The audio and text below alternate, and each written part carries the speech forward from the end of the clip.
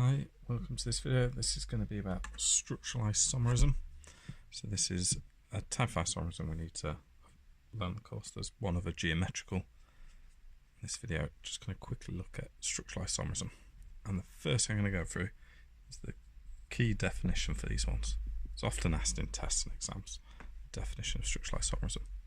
And these are molecules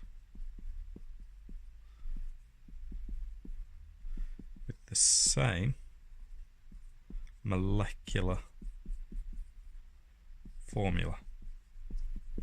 So it might be C5H12 or C5H12O, something along the lines, but it'll have the same molecular formula, but a different structure. So when we come to name it, it'll have a completely different name. Or maybe not a completely different name, a slightly different name. But it won't have the same name. So it's got the same molecular formula and a different structure. So let's have a look at an example of this. So here I have 3 compounds. And if you'd like, pause the video now, see if you can name these.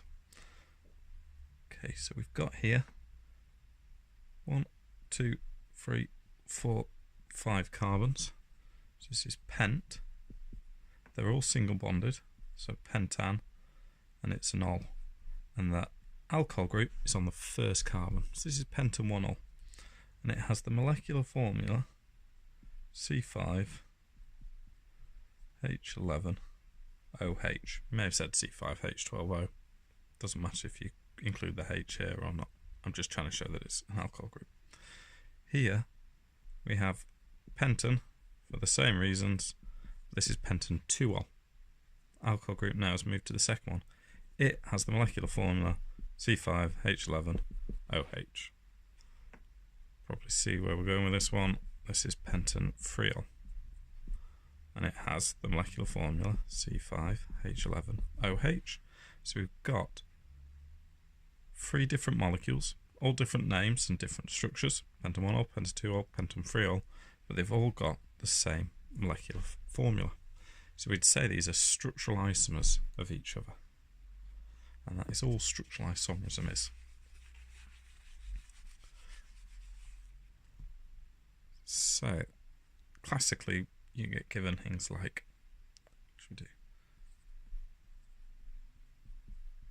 do? C6H14, and get given a molecular formula, and then get asked to draw all the different structures you could make with C6H14. So we'll go through those very quickly. If you want, pause the video, give it a go, see if you can do C6H14. I've got here 1, 2, 3, 4, 5, 6 carbons in a row.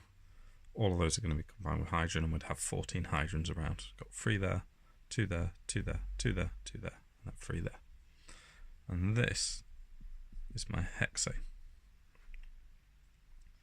Then let's shorten the chain length now down to 5. And I'm going to move this end chain, I'm going to turn it into a side chain, like that. And that gives me 2 methyl, because this side chain is known as a methyl, because it's 1 carbon. And 1, 2, 3, 4, 5 pentane. I could also move this side chain along, put it on the 3rd carbon to get 3 methyl pentane. Now, some of you may jump ahead and gone, well, what about this one? And put on, so I'm going to put it down, but I'm going to go through why this one's wrong as well. So people might put this in and thought, well, I could call this 4 methyl pentane. I've done 2, I've done 3, why not 4? Because if we turn this around 180 degrees, we just get this compound. If I number the other way, so if I'm looking backwards at 2 methyl pentane, we get this exact same structure. So there's no such thing as 4 methyl pentane. It's just looking at 2 methyl pentane from the other side. So I've exhausted my pentanes, so I'm going to drop the length down a bit. I'm going to go to a butane length, and this time I'm going to get 2 more carbons on there. So I can put one here and one here, which creates me 2, 3 dimethyl butane. We go through. I've got, in my longest chain length, I've got 4 carbons, and on the second and third one I've got a methyl side chain, so it's 2,3 dimethyl butane.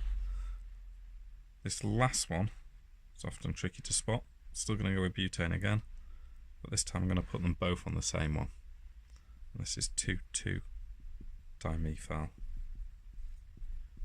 butane, and those are the 5 different structural isomers of C6H14. Now if you've got more than that, you may have made a mistake with some and you're actually drawing the same thing twice. So one of the common mistakes is, let's say we take our butane length again and go, well, I've got 2 more carbons to add on, so instead of putting one there and one there, or one there and one there, so well, why don't I put those together and create an ethyl side chain, and then I've got 2 ethyl butane. But if we count up the longest chain, it's now no longer here to here to here to here, but it's now here to here to here to here to there. So we've got 5 in my chain, so I've created a pentane, and the side chain is now this one, so it's 3 methyl pentane. So I've just drawn this structure in a slightly different way. Because we've got 5 carbons in the chain, there's 5 in that methyl group on the third. These are identical. It's just rotated around slightly.